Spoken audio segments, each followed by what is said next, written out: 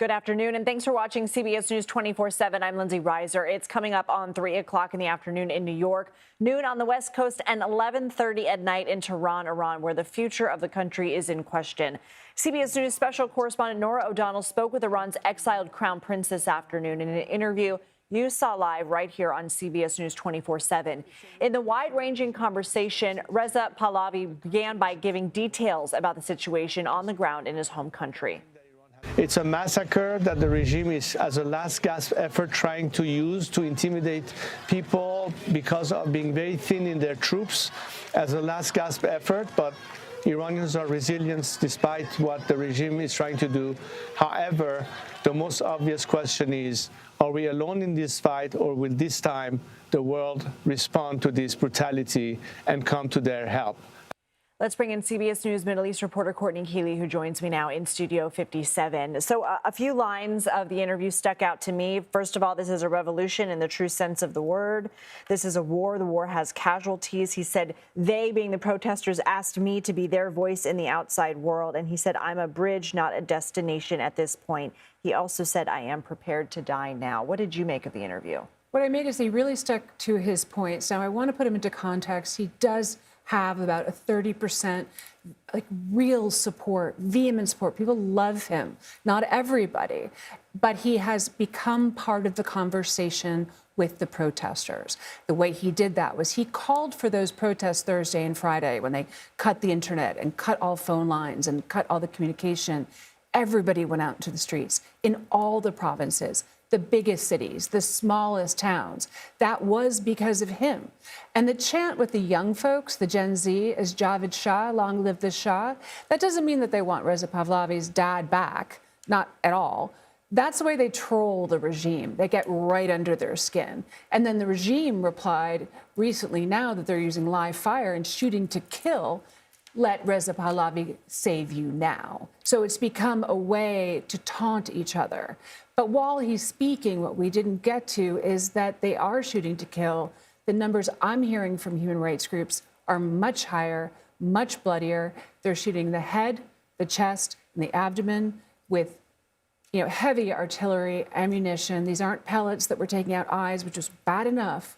But people are getting killed on the streets, and people are being grabbed out of hospitals, and people are already putting on a list for execution. So when he says, I'm ready to die, he's really speaking to what he sees as the courage of the Iranian streets right now. So Norah O'Donnell asked him, are you pushing President Trump to initiate regime change? Let's go ahead and listen to his answer. Ultimately, it's the Iranian people who determine their own fate, and it should be at their hand that change is brought. Solidarity with the Iranian people is ultimately supporting them in their ask, and their ask is that this regime has to go, and we have to overcome the obstacles by putting an end to it, and ultimately, as a result of that liberation, be able to finally be unshackled and free to establish a democratic alternative and come back to the world of nations that can work together for a different future. Where do you see this going from here? Well, I see this going not back to a monarchy, not the dynastic rule of Persians, but basically he's speaking about a change towards democracy, and he has been saying this for several weeks now. Like I said, he does have support. He does have name recognition, and there really isn't anybody else. Bobby Ghosh of Time that Norah brought up, he's really solid. I mean, he and I worked in Iraq together. We saw what happened. We saw when Shalabi came in and was not that kind of leader that the U.S. hoped for.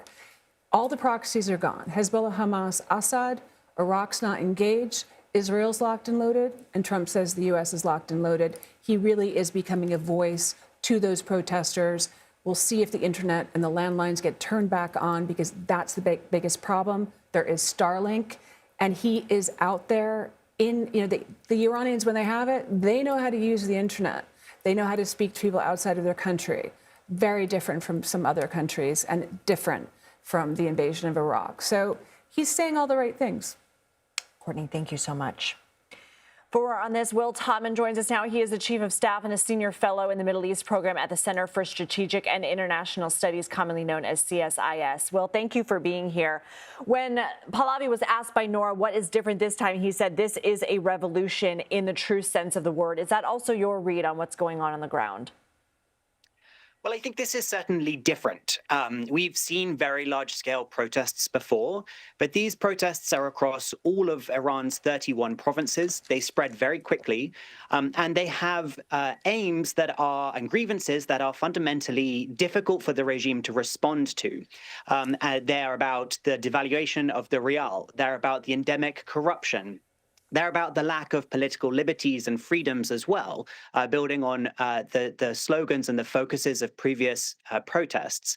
But I think one of the key differences now is that the Iranian regime is so much weakened by the loss of those proxies across the Middle East, as Courtney was just saying, but also weakened by the threat looming over them of a renewed Israeli attack or a renewed US attack. But I do think it is too soon to say that this is the end of the Iranian regime.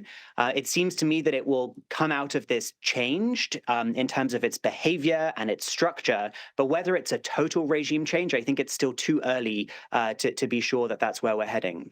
You know, a lot of Americans might be watching what has been happening, and obviously we saw the dramatic developments last weekend with the capture of former Venezuelan President Nicolas Maduro. Now we see President Trump possibly talking about military action in Iran. How likely do you think that is, and how much stock do you put into the threat that Iran has lobbied against the U.S.? I think it seems like President Trump is going to act in some way, but as he likes to say, he has a range of options and he's carefully considering those. Just having the threat of military action looming over Iran is in some ways part of a strategy, and it could actually achieve the aims that he wants even before he attacks. The Iranians have expressed a desire to resume negotiations with the US, and so this could be the beginning of a diplomatic strategy. But there are also a range of other options President Trump could take, including try to reconnect the country, the internet, the phone lines, getting them restored, taking even more economic measures against the Iranian regime and its leaders. Or we could see military strikes. But there are real risks there. President Trump has said he wants to support the protesters, and it would be quite difficult, I think, to change the regime's calculation in its desire to crack down on these protests. And strikes might actually further embolden it. And if they are more limited, they could disappoint some of the protesters and end up sending them home. So I think this is a very difficult thing to calculate. The reporting says that President Trump is considering a range of these options.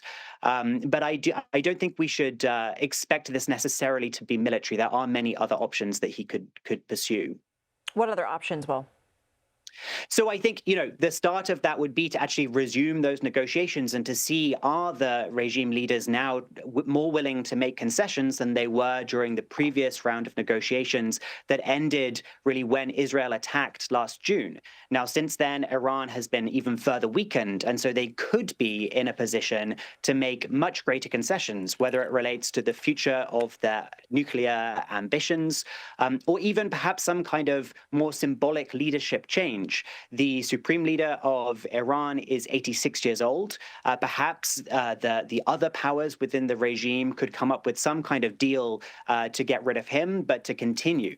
In some ways, that would be quite similar to what we did see in Venezuela, where the Maduro regime is still in place, even though Maduro himself is now out of the equation. So I think there are other options that the Iranians could pursue that doesn't mean an actual transition to democracy, the kind that would see the return of a figure like Reza Pahlavi, as you've just had on your show.